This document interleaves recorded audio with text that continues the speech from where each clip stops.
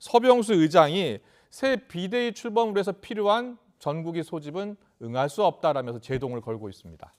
잠시 뒤에 자세한 내용을 짚어볼 생각인데요. 민주당 같은 경우에는 이재명 대표가 첫 최고위원회 오늘 주재했죠. 윤석열 대통령에게 영수회담을 거듭 제안했습니다. 오늘의 전국 상황은 김형준 명지대 교수, 배종찬 인사이트K 연구소장과 함께 알아보겠습니다. 어서 오십시오. 네. 안녕하십니까? 안녕하십니까? 국민의힘 상황 먼저 알아보겠습니다.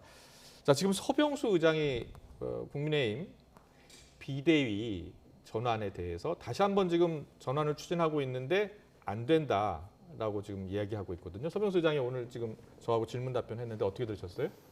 근데 제가 좀 말씀드리고 싶은 거는 예, 서 위원장 스스로가 인정을 했어요. 예, 당헌 당규를 정확하게 잘 봐야 되겠지만 당헌 당규를 이 상황 속에서 안 본다는 게 있을 수 있나요? 저는 정치 과정을 연구한 연구자 입장에서 볼 때 국민의힘 당헌 제20조에 나와 있습니다. 전국위원회 소집은 상임 전국위원회 의결 또는 최고위원회 의결 또는 제적의원 3분의 1 이상의 요구 있을 때 네. 전국위원회 의장이 소집한다. 서병수 의장이 권한이 없는 거예요. 아, 지금 바로 보셨군요. 아니, 제가 예. 준비해가지고 온 거예요. 네, 네. 자, 이거는 예. 지금 서병수 의원이 자유한국당 때의 규정을 지금 생각하고 있는 것 같아요. 아, 그때는 어떻게 돼 있었냐면 예. 다만 전국위원회 소집은 위원장이 한다라고 돼 있었어요. 그때는. 근데 이게 그때는요. 바뀐 거예요, 이게. 그렇군요. 그렇죠. 그러니까 만약에 전국위원회 의장이 소집을 안 하면 직무유기예요. 예. 이 부분에 대해서도 명쾌하게 위원장이 다시 한번 잘 들여다봐야 된다. 당원이 어떻게 바뀌었는지에 대해서. 그렇군요. 그리고 또 나가서 지금 많은 언론이라든지 이런 쪽에서 직무대행 체제로 가야 된다는 얘기를 많이 합니다. 네. 그럼 직무대행 체제를 하면은 최고위원을 다시 복귀시킬 수 있나요? 다 사퇴했지 않습니까? 네. 지금 당헌 당규에 보면 9명의 최고위원이 있어요. 네. 그 중에서 지금은 3사람밖에 없습니다. 그러니까 지금 원내대표, 네. 정책위 의장, 그 청년 최고위원 김용태 3사람밖에 없어요. 네. 그러면은 그 사람 가지고서 회의가 진행이 되나요?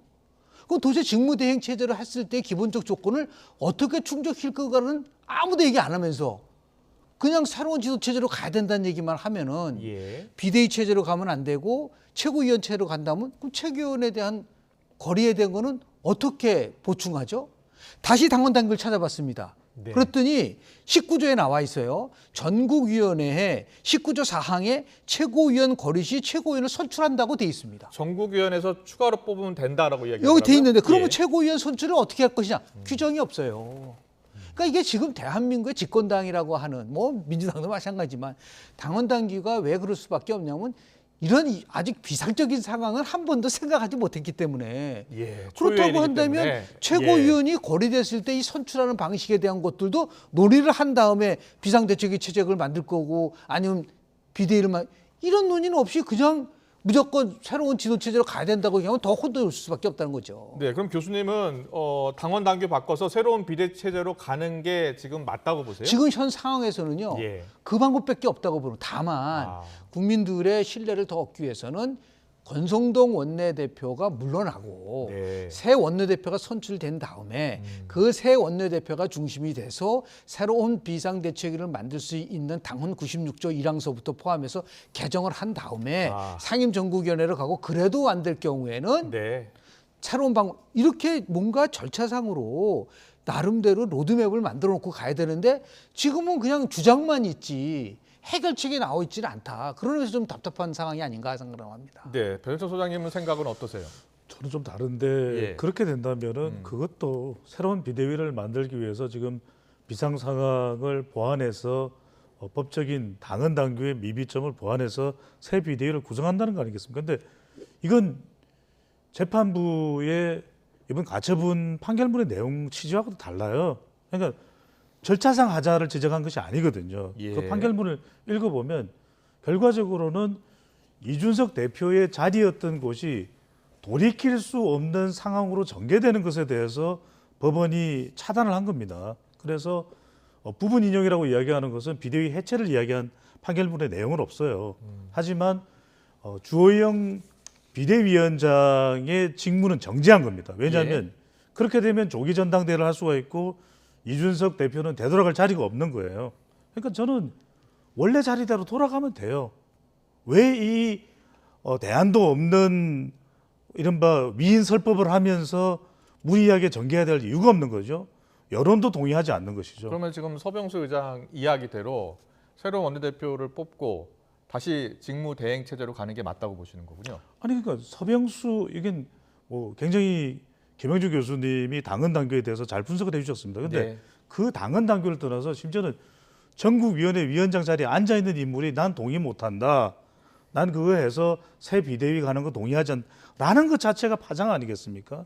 그렇다면 이러한 상황 자체가 권성동 원내대표가 어떤 이야기를 했습니까? 이준석 대표가 6개월 당원권 정지를 장원권 정지의 중징계를 받았을 때 그때 그 이야기를 했어요. 6개월 뒤면은 이준석 대표가 다른 조치가 없다면 돌아올 겁니다라고 그랬어요. 그게 맞는 거예요. 그게 그 당시에 이준석 대표를 어떤 정치적 의도상으로 윤리위의 결정으로 밀어내든 어쨌든 거기까지가 맞는 거예요. 예, 그리고 경찰의 수사 결과가 나와서 이준석 대표의 성상납 의혹이나 증거인멸 교사에 대한 의혹에 대한 수사 결과가 나오면 네. 그때 가서 추가 징계를 하든지 결정을 하면 되는 거잖아요. 그러니까 이것 자체가 무리수인 겁니다. 예. 근데 김영일 교수님, 이준석 전 대표가 지금 추가로 또 가처분 신청하겠다는 겁니다. 네네. 예. 그러면서 무리수를 덮으려고 또 다른 무리수를 두는 것 아니냐 이런 이야기를 하고요. 만약에 비대위로 새로운 비대위를 또 당원 당규 바꿔서 만든다면 또 가처분 신청할 경우에 인용될 수 있을 가능성이 있는 거 아니에요? 가처분 신청을 받아들이는 데 있어서 핵심적인 게 두 가지였잖아요. 네. 비상 상황이 아니다라는 거잖아요. 그런데 그 비상 상황이 아니다라는 거를 법원 판단도 있을 수 있지만 예. 정치적인 상황일 수도 있잖아요. 지금 자꾸만 직무대행 체제로 가야 된다고 하는데 제가 이제 그 제안하는 거는 뭐예요? 그럼 직무대행 체제가 만들어지기 위해서는 어떻게 하느냐는 얘기를 안 해요. 그럼 혼자서 직무대행을 합니까? 예를 들어서 의결을 해야 되는데 네. 그러면 최소한도 지금 최고위원들은 4명 선출직 다 사퇴했잖아요. 네.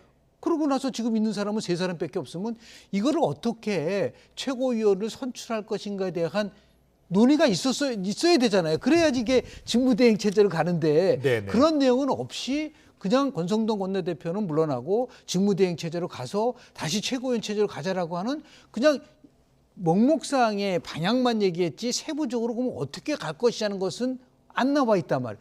그러면 천사 그렇게 하려고 한다면 규정에 따라서 전국 상임위원회에서 이 부분에 대해 이 전국위원회에서 네. 최고위원을 선출해야 돼요. 그러면 최고위원을 선출할 때 그 규정은 또 어떻게 되는지 누가 자격이 있는 건지 아무 규정이 없잖아요. 네. 그러니까 이런 걸 차분하게 하나씩 마무리를 한 다음에 논쟁을 해야 되는데 그런 거 없이 그냥 명분 싸움만 갖다 하다 보면은 이거는 해결책을 받기가 어렵다고 지금 여당은 위기에 빠졌고 지도부 지금 공백 상태잖아요. 그랬기 때문에 예. 빨리 이 부분을 해결할 수 있는 방법이 제일 좋은 거는 네. 원내대표가 결단을 내리고 새 원내대표가 선정이 된 다음에 그걸 가지고 비상 상황이라는 것을 정확하게 규정을 내릴 수 있는 걸 만든 다음에 뽑게 되면은 처음에 비상 상황이 아니다라고 하는 부분에 대해서 법원의 부분에 대한 것을 다시 했을 경우는 나름대로 논쟁이 있다 하더라도 바뀐 거잖아요. 예, 예. 그렇게 갈 수밖에 없게끔 돼 있지 않는가. 이걸 다시 최고위원 선출해서 원내대표 뽑고 최고위원도 뽑고 그때 그 기간 동안에는 공백 상태는 누가 그럼 끌고 갈 거냐라는 거죠. 예. 당을. 그 공백 상태를 누가 끌고 가야 된다고 보세요? 그러니까 지금 그런 상황이니까 할 수 없이 새로운 원내대표를 뽑아야 한다라는 것과 권성동 원내대표가 이제 비대위원장 직무대행을 맡아야 한다. 이 두 가지 중에는 가장 이상적인 거는 신뢰를 잃었다고 한다면 책임을 지고 물러나게 되면 예. 아니 뭐 원내대표 경선이 한 2, 3일이면 뽑을 수 있지 그렇죠. 않겠나요? 예. 그럼 새 원내대표가 들어와서 그 원내대표의 나름대로의 지도력으로 리더십으로 그 당시에 이제 비대위로 갈지 아니면은 정말 최고위로 갈지를 결정할 수 있겠죠. 오늘 권성동 원내대표 이야기 들어보면은 비대위를 다 만들고 그 다음에 거치는 스스로 결정하겠다 이렇게 근데 이야기했거든요. 그게 이제 지금 많은 분들로 하여금 받아들이기가 어려운 거죠. 예. 그러니까 전제 조건은 이걸 풀기 위한 전제 조건은 일단 어차피 새 비대위가 나오면은 본인이 스스로 결정을 한다고 했는데 아니 9월 8일 전에 한다고 하면 지금 뭐 열흘 비대위 원내대표가 하나 지금 빨리 수습을 하나 오히려 빨리 수습하는 게 나을 수도 있는 거죠. 예. 우리가 그런 김현주- 부분도 가야 된다. 김현주 교수님 말씀이 굉장히 중요한 말씀이에요. 네, 무슨 말씀하세요. 말씀이냐면은 이준석 전 대표가 일관되게 이야기하는 것은 윤핵한 타도입니다.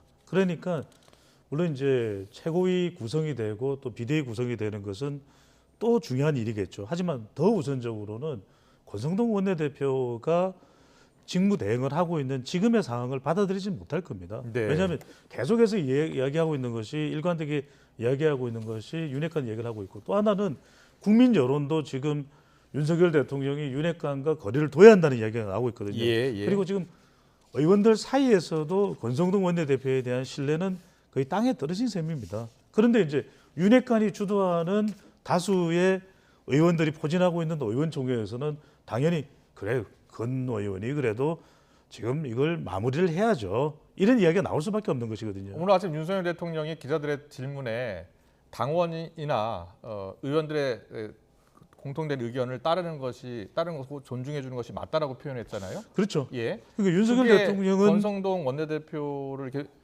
지지해 주는 그런 반응으로 해석해도 되겠습니다. 그렇습니다. 그래서 예. 윤석열 대통령은 지금 국민 여론도 윤핵관과 거리두기 이야기를 하지만 그렇게 하지 못하는 겁니다. 그런데 따지고 보면 여기에 역발상이 있는 것이죠.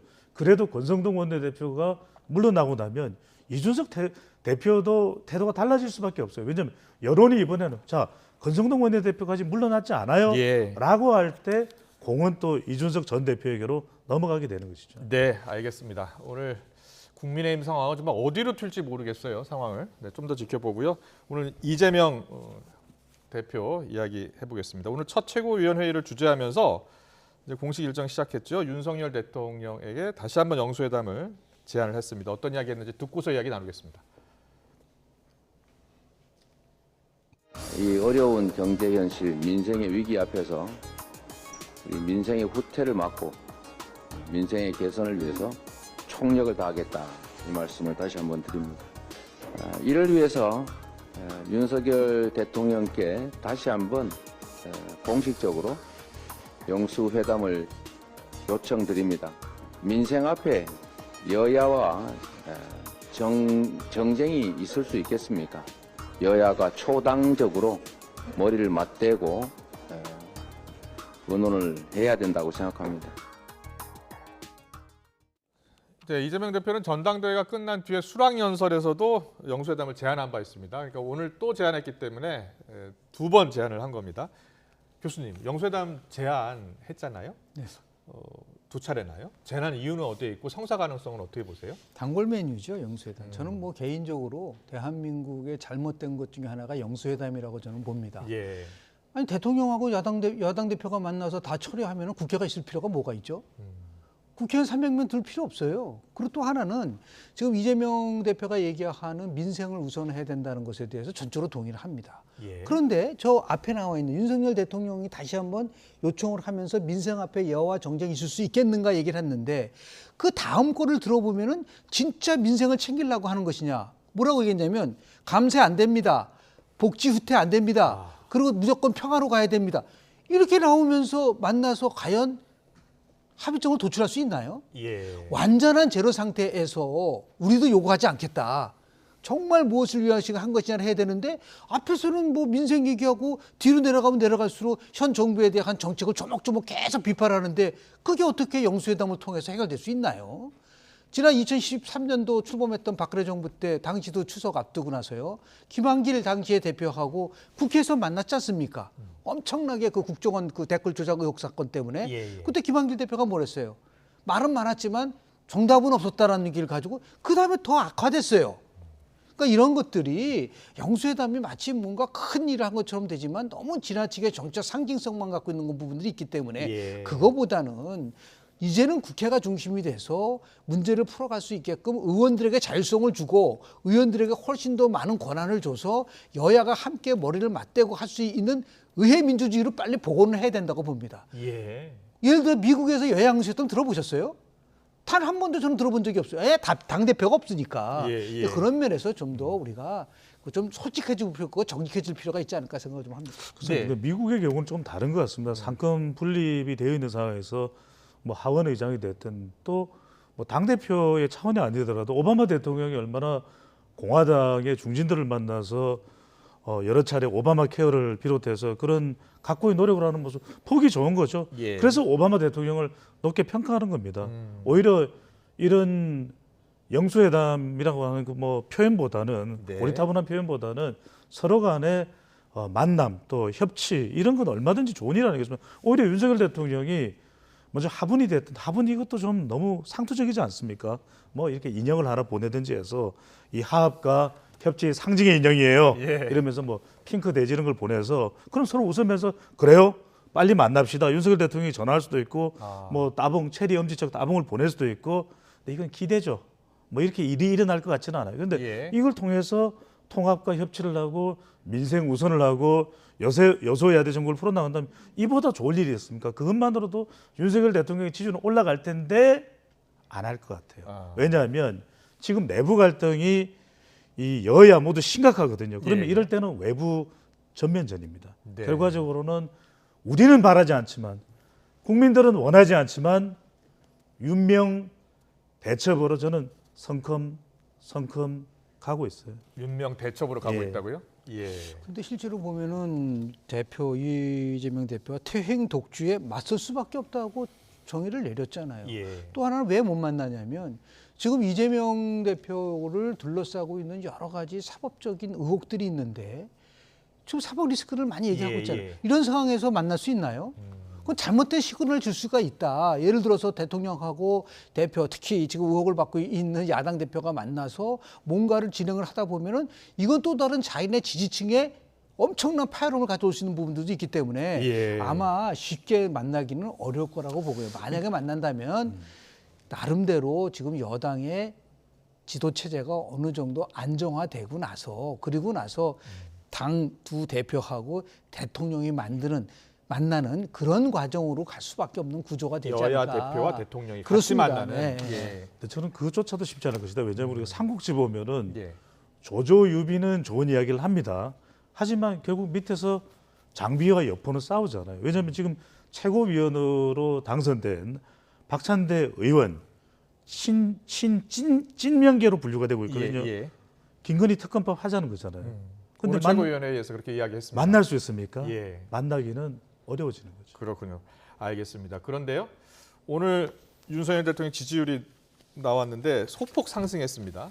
근데 지금 이 최근에 법원이 가처분 인용한 것은 이제 반영이 안 됐다고 해요. 네, 맞습니다. 그리고 이제 이재명 당 대표가 또 새로 탄생을 했기 때문에 여러 가지가 이제 반영이 되는 여론조사가 나올 텐데 어떻게 나올 것으로 보세요? 우리 배 소장이 뭐 얘기했잖아요. 배 소장님도 8월 여쭤볼까요? 28일 날 이재명 대표가 되면은 아마도 윤석열 대통령의 지지가 높아질 거다라고 얘기를 했었지 않습니까? 근데 왜 예. 그러냐면 예. 결국은 이렇게 집권당 여당의 내홍이라든지요, 아니면 이재명 대표로 다시 선출되는 과정 속에서 보수 계층의 위기를 느낍니다. 그러니까 결집을 할 수밖에 없는 거예요. 그래 좋아서가 아니라 예. 이 상황을 어느 정도는 받쳐줘야 된다고 하니까 제가 볼 때는 지금 한 33% 정도 나오지 네, 않았습니까? 이게 떨어지지 않을 거라고 좀 봐요.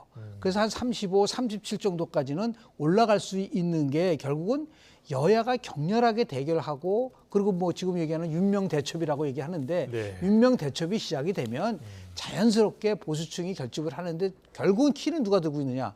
중도층이죠.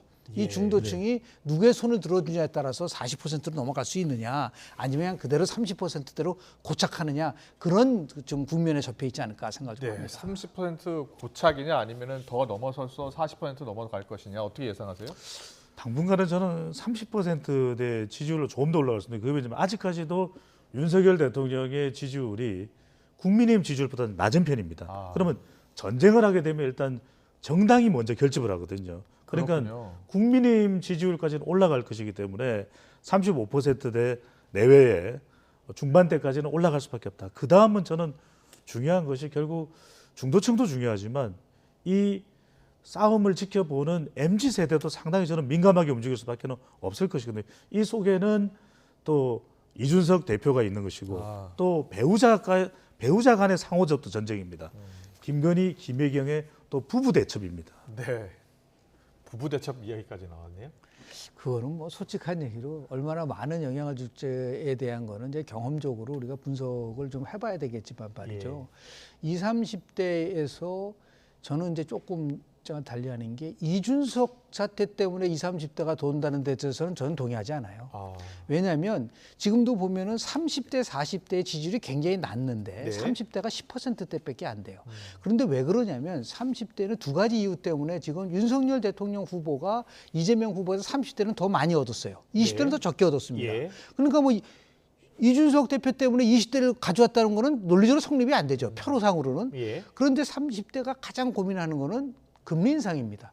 지금 미국이 금리 또 인상 0.75%. 경제 문제가 더 크다. 아, 경제가 예. 훨씬 크기 때문에 그거로 인한 상대적 박탈감이 커서 예. 기대했던 부분들이 저는 쉽게 물가 올라가죠. 금리 올라가죠. 상대적으로 나는 열심히 했는데 비탄감해 준다고 하죠. 이런 것들이 오히려 30대에 결국은 분노를 일으키는 부분들이 있다라는 말씀 좀 드립니다. 알겠습니다.